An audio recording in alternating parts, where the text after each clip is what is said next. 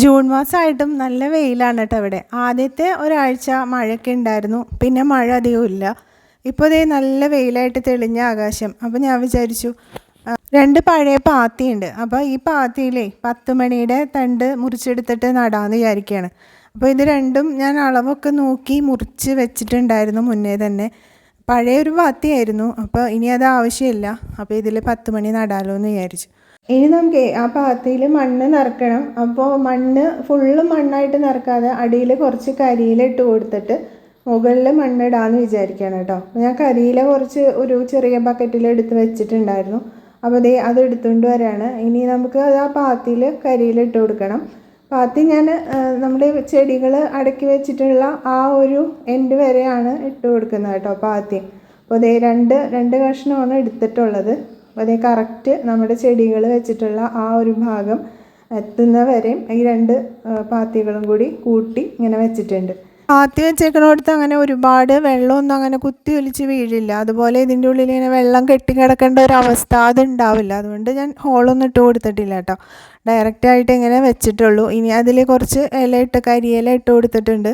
പിന്നെ കുറച്ച് പച്ചിലയും പുല്ലും ഒക്കെ ഇടണമെന്ന് വിചാരിച്ചതാണ്, പിന്നെ ഞാനത് ചെയ്തില്ല. ഈ ഇല തന്നെ ഇട്ടു.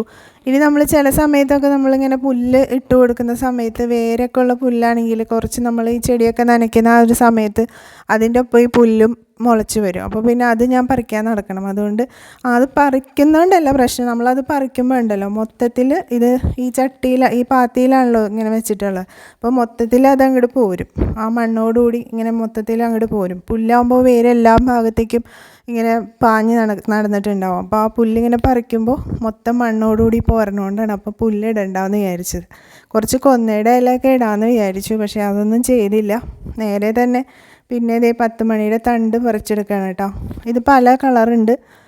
രാവിലെ ഇത് ഇങ്ങനെ വിരിഞ്ഞ് നിൽക്കണ കാണാൻ നല്ല ഭംഗിയാണ്. അപ്പോൾ മഴക്കാലത്ത് ഇതിങ്ങനെ വെട്ടി നിർത്തണം എന്ന് പറയും. ഇപ്പോൾ നമുക്ക് ഡയറക്റ്റായിട്ട് മഴ കൊള്ളുന്ന ഒരു സ്ഥലത്തൊന്നുമല്ല ഞാനിത് വെച്ചിട്ടുള്ളത്, അതുകൊണ്ട് പ്രശ്നമില്ല.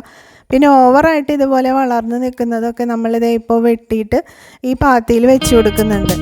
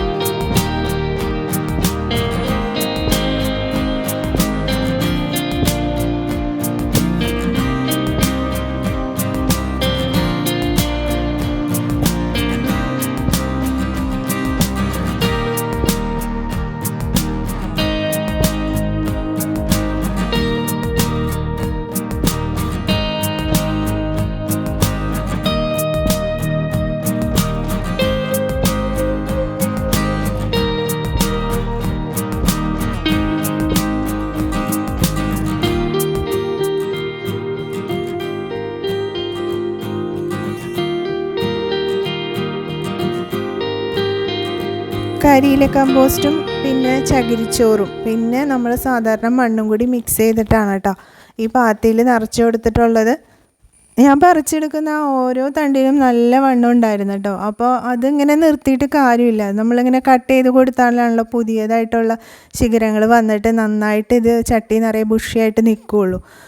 ചട്ടിയുടെ പുറത്തേക്ക് ഒരുപാട് തണ്ടുകൾ ഇങ്ങനെ തൂങ്ങിക്കിടക്കുന്നുണ്ടായിരുന്നു. അപ്പോൾ അത് കുറേയൊക്കെ ഞാൻ അതിന് മുറിച്ചെടുത്തു. ഇനി നമുക്ക് മാറ്റി നടാനുള്ള തണ്ടുകൾ അതിലുണ്ട് കേട്ടോ. ഇനി അങ്ങോട്ട് മഴക്കാലമാണല്ലോ, അപ്പം പിന്നെ ഇതുപോലെ വെയിലൊക്കെ ഉള്ള സമയത്തല്ലേ നമുക്ക് എന്തെങ്കിലുമൊക്കെ ഇതുപോലെ നടാനൊക്കെ പറ്റുള്ളൂ.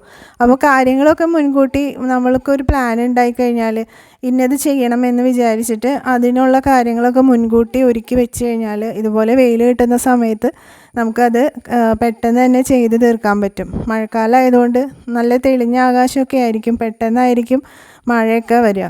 അപ്പോൾ ഞാൻ ആ ഒരു വെയിലത്ത് പെട്ടെന്ന് തന്നെ ഇതൊന്ന് ചെയ്ത് തീർത്ത് കേട്ടോ.